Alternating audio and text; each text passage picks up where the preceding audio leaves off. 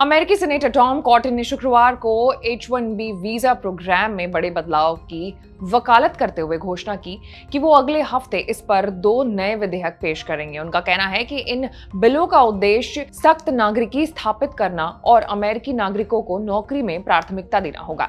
Social media platform x पर उन्होंने लिखा है कि राष्ट्रपति डोनाल्ड ट्रंप और श्रम सचिव लॉरी सही दिशा में हैं और अब इस प्रोग्राम में गहरे सुधार लाने का समय आ गया है। यह बयान उस समय सामने आया है जब अमेरिकी श्रम विभाग ने हाल में ही प्रोजेक्ट फायरवॉल की शुरुआत की है। इसे H-1B वीजा इतिहास के सबसे बड़े प्रवर्तन अभियानों में से एक माना गया है।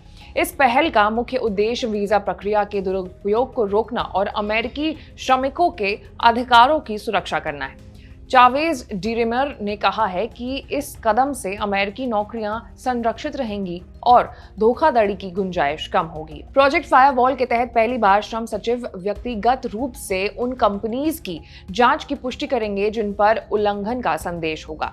अब केवल शिकायतों पर निर्भर रहने के बजाय सक्रिय जांच की जाएगी। इसके अलावा H-1B कर्मचारियों को स्थानीय प्रचलित वेतन या अमेरिकी कर्मचारियों के समान पारिश्रमिक देना अनिवार्य होगा। लाभ और सुविधाओं में भी दोनों श्रेणियों में कर्मचारियों के बीच समानता सुनिश्चित की जाएगी। कुछ मामलों में एम्प्लॉयर्स को ये भी साबित करना होगा कि उन्होंने अमेरिकी उम्मीदवारों की भर्ती के लिए गंभीर प्रयास किए हैं। उल्लंघन करने वाले एम्प्लॉयर्स को जुर्माने, बकाया वेतन की अदायगी और प्रोग्राम से अस्थायी निलंबन जैसे सख्त सजाओं का सामना करना पड़ सकता है। इसके अलावा श्रम विभाग, न्याय विभाग, समान अवसर आयोग और USCIS जैसे संस्थानों के साथ मिलकर के धोखाधड़ी और भेदभाव के खिलाफ अभियान चलाएगा।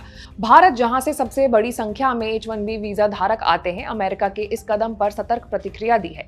विदेश मंत्री एस जयशंकर ने कहा है कि आज की वैश्विक अर्थव्यवस्था में कुशल और आधुनिक ग्लोबल वर्कफोर्स की आवश्यकता है, जिसे केवल स्थानीय जनसंख्या से पूरा नहीं किया जा सकता। उन्होंने चेतावनी दी है कि यदि इमिग्रेशन पर अत्यधिक प्रतिबंध, टैरिफ वृद्धि और संरक्षणवादी नीतियों को बढ़ावा दिया गया तो ये वैश्विक व्यापार और टैलेंट के आदान प्रदान में गंभीर बाधाएं उत्पन्न कर सकता है। साफ है कि अमेरिका अपने नागरिकों को प्राथमिकता देने की नीति पर जोर दे रहा है, जबकि भारत का रुख सहयोग और वैश्विक साझेदारी पर आधारित है।